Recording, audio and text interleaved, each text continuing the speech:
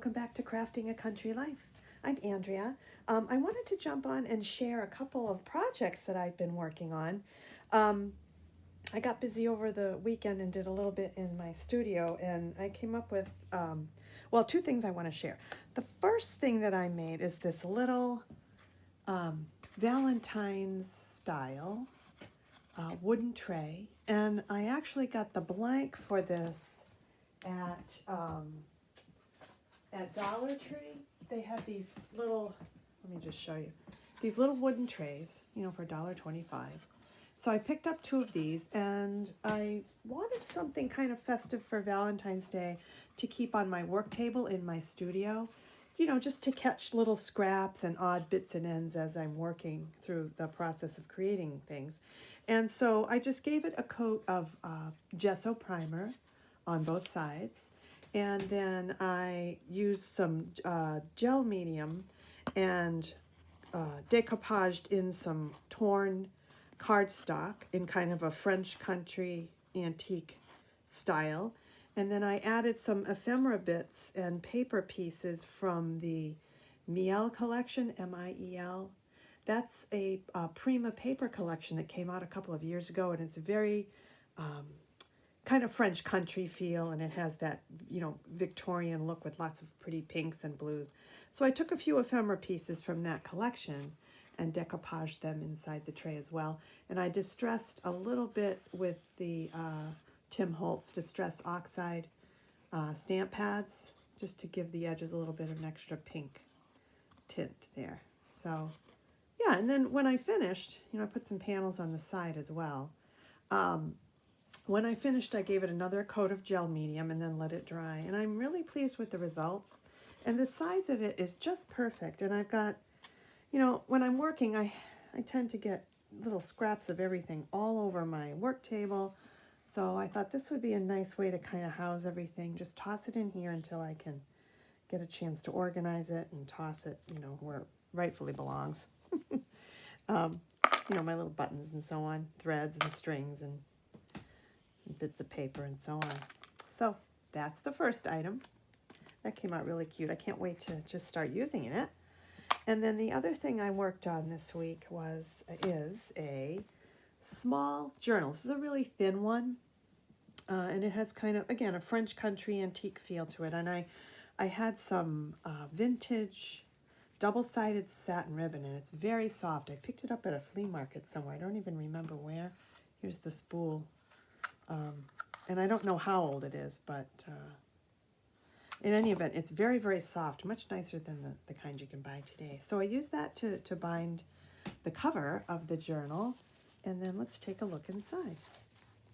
I used some kind of a toile style cotton quilting fabric as the basis for the book, and then inside the cover, to give it some structure, the substrate that I used was a doubled over grocery bag that I cut to size.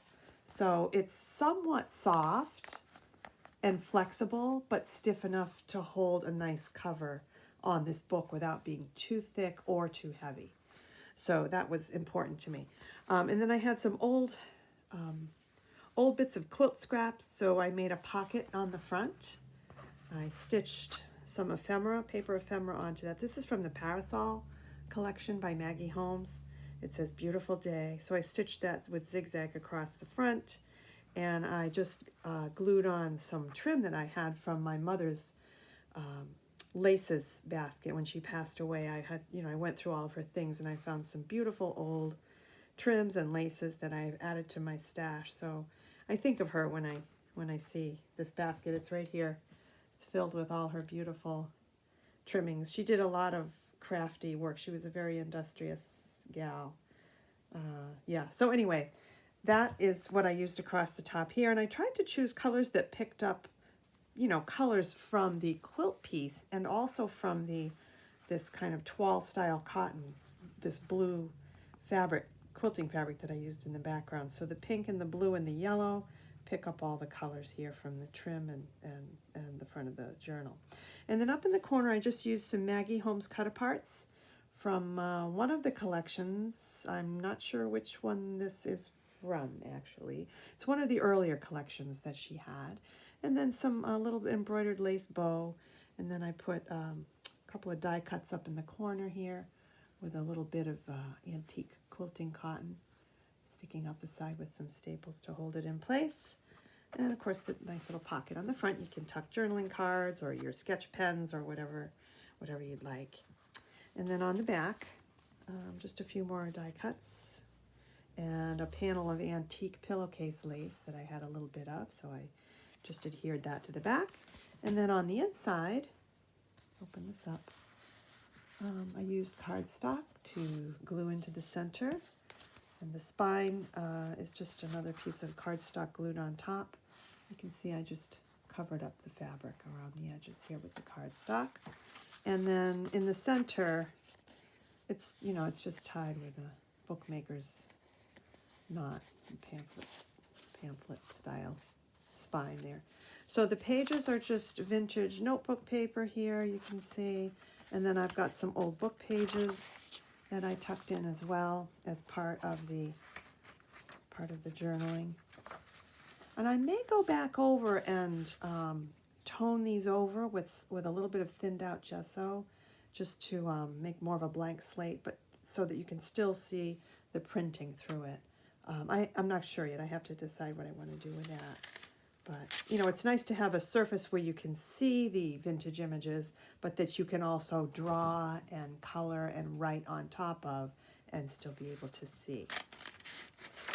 Okay, so then again, some more antique book pages here that I just, cut to size, folded up, and added into the center of the signature here. And I'm also thinking, I may add one more signature. I didn't want this notebook to be too thick. So I may start with the one, and then I can always add another signature later. And some old dictionary pages, an old book page from a sewing book from the 1940s. It's another page. So yeah, so that's a little journal that I came up with, and I'm really happy with the results. I love the colors, and I love the way I was able to tie in the very different colors, that I had between the background and the quilting piece here, and I was able to find some ephemera to kind of tie them both together. So that was a little bit of a challenge, but I think it worked out okay.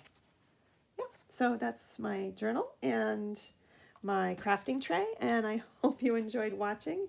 And we'll see you back again soon for some more crafty fun. Take care. Bye for now.